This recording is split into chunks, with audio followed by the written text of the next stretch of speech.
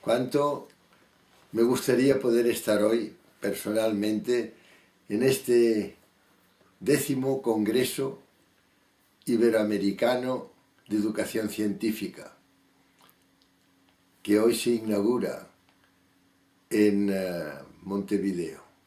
Me hubiera encantado porque educación científica es finalmente lo que en mi trayectoria personal pues ha prevalecido, el rigor científico junto a la educación. Pero es que además, coincidiendo con este 10º Congreso, se celebra también y se rinde homenaje a la oficina, la primera oficina regional de la UNESCO en Montevideo, 70 años, 70 aniversario, y se celebra también las 2 décadas de la Cátedra Iberoamericana de Educación Científica que coordina la Universidad de Alcalá. Ya ven ustedes qué cantidad de razones para hoy acompañar, poder estar en este acto junto a este, déjenmelo decir, a este excelente presidente de Uruguay, amigo, admirado amigo desde hace tantos años y referente hoy. Hoy nos hacen falta referentes de esta altura y de esta capacidad política y social. Doctor Tabaré Vázquez, me hubiera gustado mucho hoy acompañarle, pero al menos quiero dedicarle estas palabras de respeto y de afecto. Y también a mi amigo Enrique Iglesias, el gran Enrique Iglesias desde hace tantos años, ¿verdad? Hemos ido tan de la mano en tantas iniciativas. Y Albert Sasson, el infatigable Albert Sasson, que tanto me ayudó en la Dirección General de la UNESCO. Quiero también referirme a doña Ana Lopater, la presidenta del Consejo de Formación en Educación, y a la que hoy dirige la oficina regional, a doña Lidia Brito. Pero perdónenme que haga también una especial referencia a la diligentísima Beatriz Macedo, porque desde luego ha sido capaz de permanecer en contacto, ya que no podía estar presente, decirme que enviara estas palabras grabadas en un vídeo para invisiblemente, pero poder estar hoy a través de la tecnología digital con todos ustedes. Educación científica. Educación científica, pero lo advertí antes, primero, educación. Se confunde con mucha frecuencia ahora porque a veces hay una serie de asesoramientos e informes que proceden de instituciones estrictamente económicas que hablan más del producto interior que del desarrollo humano y que confunden educación con capacitación. Educación, lo dice el artículo 1 de la Constitución de la UNESCO, es ser libre y responsable. Vale. Aquí tenemos. Libres, la libertad es el gran don, es el don supremo, la libertad de la especie humana. Libres y responsables. Es decir, tenemos siempre que pensar que formamos parte de una especie en la que todos somos iguales en dignidad, todos, sin excepción. Sin excepción, todos, sea cual sea el género, sea cual sea la sensibilidad sexual, sea cual sea la religión, sea cual sea la ideología, sea cual sea el color de la piel, sea cual sea la etnia, sea cual sea un ser humano, igual dignidad al otro, a los otros. En castellano, también en catalán en este caso, el plural de yo es nosotros. Y esta palabra Ubuntu en Swahili, que es preciosa, que dice yo soy porque tú eres, en una palabra. Lo primero que tenemos que tener en cuenta, por tanto, es ser libres y responsables. Pensar siempre en los demás, pensar ahora especialmente en las generaciones venideras. Educación, por tanto, es distinto de capacitación. Está muy bien que nos digan que tenemos que aprender inglés o que tenemos que aprender matemáticas o química, sí, pero se puede saber mucho inglés y mucha química y ser un perfecto maleducado. Ser libre y responsable. Libre para libremente ejercer estas capacidades distintivas, exclusivas de la especie humana. La capacidad de reflexionar, de imaginar, de anticiparse, de inventar, de crear, de crear. Cada ser humano es un creador. Cada ser humano puede hacer su propio diseño, debe hacer su propio diseño de futuro.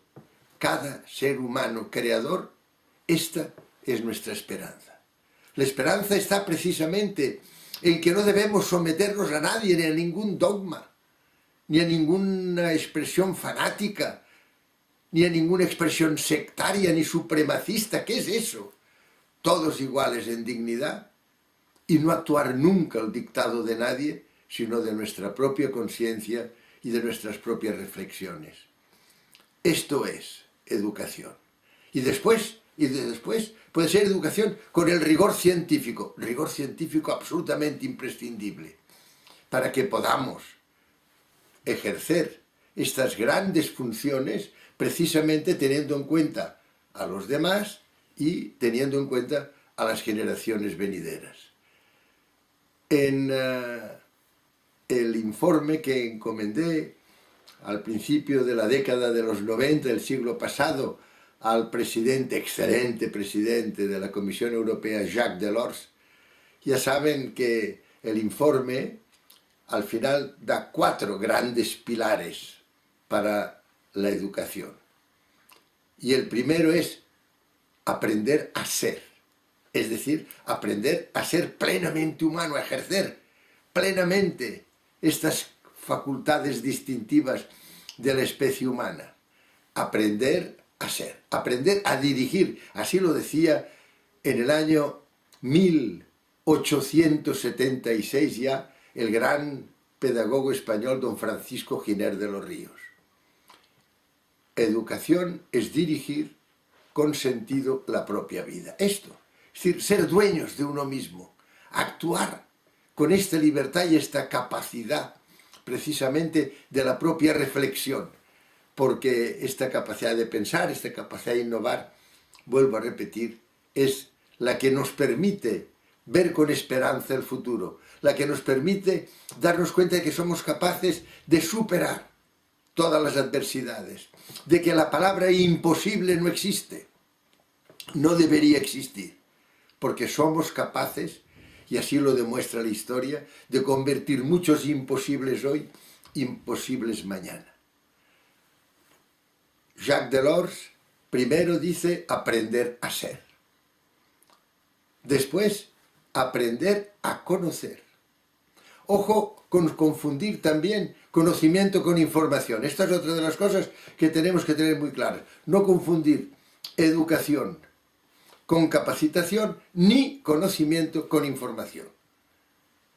El conocimiento es esta información meditada, incorporada a nuestro acervo humanista. Y entonces sí, entonces el conocimiento es algo que nos sirve para preparar nuestros propios diseños, para preparar nuestras propias visiones, nuestras propias anticipaciones. Cada hombre en la torre de vigía. Cada ser humano, cada hombre, cada mujer en la torre de vigía. Esto es lo que tenemos que tener presente para asegurar que el futuro no nos sorprenderá, que el futuro lo diseñaremos nosotros. Aprender a ser, aprender a conocer y después aprender a hacer. Aprender a hacer una vez ya no confundimos educación con capacitación, ni conocimiento con información, ni información con noticia. Ojo, porque en estos momentos buena parte de los informativos son noticieros. No nos dicen más que noticias, y la noticia es lo que refiere lo que acaece de forma insólita, de forma no habitual, de forma extraordinaria. No. Nosotros sobre todo lo que tenemos que saber es que lo que nos interesa es la información y cuál es el impacto real de esta información. Por eso tenemos que recordar lo que decía el profesor Bernard Lon en el año 1985 al recibir el Premio Nobel de la Paz, y decía: tenemos que saber muy bien qué es lo que nosotros estamos refiriéndonos cuando nos dan una noticia o cuando tenemos una información. Porque él decía, los medios de comunicación, por cierto, medios de comunicación que hoy son, en realidad, son la voz de su amo. La mayor parte de los medios de comunicación dependen de quienes les financian. Todo eso también es otra de las cosas que tendríamos que tratar en estos momentos con mucho cuidado, porque lo que es importantísimo es la veracidad. Es la veracidad. Tenemos que confirmar que la información refiere lo que ha sucedido y no lo que interesa decir que ha sucedido. Bueno, pues bien, decía Bernard Lon que los medios de comunicación iluminan solo aquellas noticias que por constituir un hecho insólito, un hecho no habitual, pues tienen importancia de referencia. Pero nosotros tenemos que decir, y desde un punto de vista informativo, ¿qué son? ¿Qué representan? Tenemos que tenerlas muy en cuenta para tomar nuestras propias decisiones.